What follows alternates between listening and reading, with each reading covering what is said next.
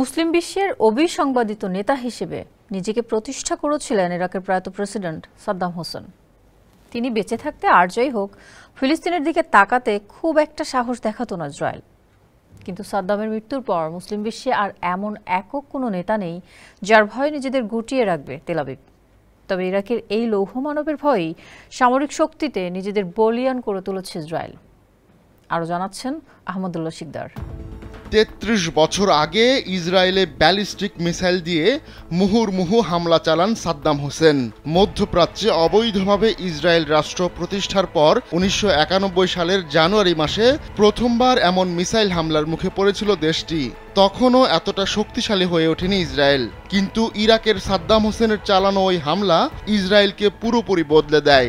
সময়ের সঙ্গে সঙ্গে নিজেকে আরও শক্তিশালী করে তোলে ইসরায়েল। সাদ্দাম হোসেন যখন ১৯৯১ সালে গালফ যুদ্ধ শুরু করেন, তখন ইসরায়েলের ইহুদিবাদী কর্মকাণ্ডের কারণে দেশটিতে ৪৩টি স্কাড মিসাইল দিয়ে হামলা চালান তিনি। ইসরায়েলের তেল আবিব সহ অন্য গুরুত্বপূর্ণ শহরে ৩৯ দিন ধরে এই হামলা চালানো হয়। সাদ্দামের ছোড়া মিসাইলে বিষাক্ত গ্যাস থাকতে পারে এমন শঙ্কায় ইসরায়েলিরা তখন মুখে মাস্ক পরেছিল, যদিও শেষ পর্যন্ত সাদ্দাম হোসেন কোনো ধরনের রাসায়নিক ব্যবহার করেননি।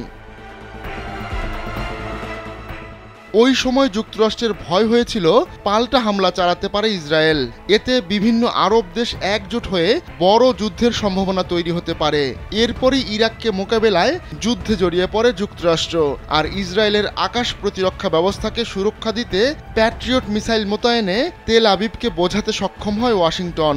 কিন্তু তখনকার প্যাট্রিয়ট মডেল ইরাকের স্কাড মিসাইলের সামনে টিকতেই পারেনি। এরপরেই নিজেদের নিরাপত্তা ব্যবস্থা আমূল বদলে ফেলে ইসরায়েল।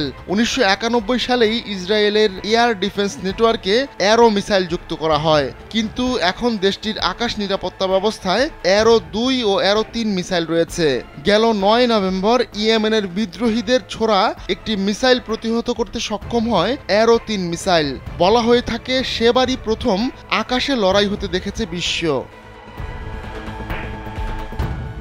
এছাড়া দেশীয় প্রযুক্তিতে মাঝারি পাল্লার ডেভিড স্লিং সিস্টেম তৈরি করেছে ইসরায়েল। ২০২৩ সালের মে মাসে গাজা থেকে ছোড়া রকেট প্রথমবার সফলভাবে প্রতিহত করতে সক্ষম হয়। এই আকাশ প্রতিরক্ষা ব্যবস্থা স্বল্প পাল্লার আয়রন ডোম হিসেবে পরিচিত। মূলত গাজা ও লেবানন থেকে ছোড়া রকেট হামলা প্রতিহতে এই ব্যবস্থার ব্যবহার করা হয় সবচেয়ে বেশি। ইরাকের হামলার পর যুক্তরাষ্ট্র ইসরায়েলকে বলেছিল, যদি তারা কখনো মনে করে আক্রমণের শিকার হতে পারে তাহলে ইরাকে জেরিকো মিসাইল ছুটতে পারবে। কিন্তু যথেষ্ট সক্ষম না হওয়ায় তখন জেরিকো মিসাইল ব্যবহার করেনি ইসরায়েল। যদিও বর্তমানে ইসরায়েলের হাতে থাকা জেরিকো ৩ মিসাইলের রেঞ্জ ৩০০০ মাইল পর্যন্ত। আবার দেশটির নৌবাহিনীর কাছে জার্মানির তৈরি ডলফিন সাবমেরিন রয়েছে, যেগুলো ক্রুজ মিসাইল ছুটতে সক্ষম। আহমদুল্লাহ শিকদার, কালবেলা ডেস্ক।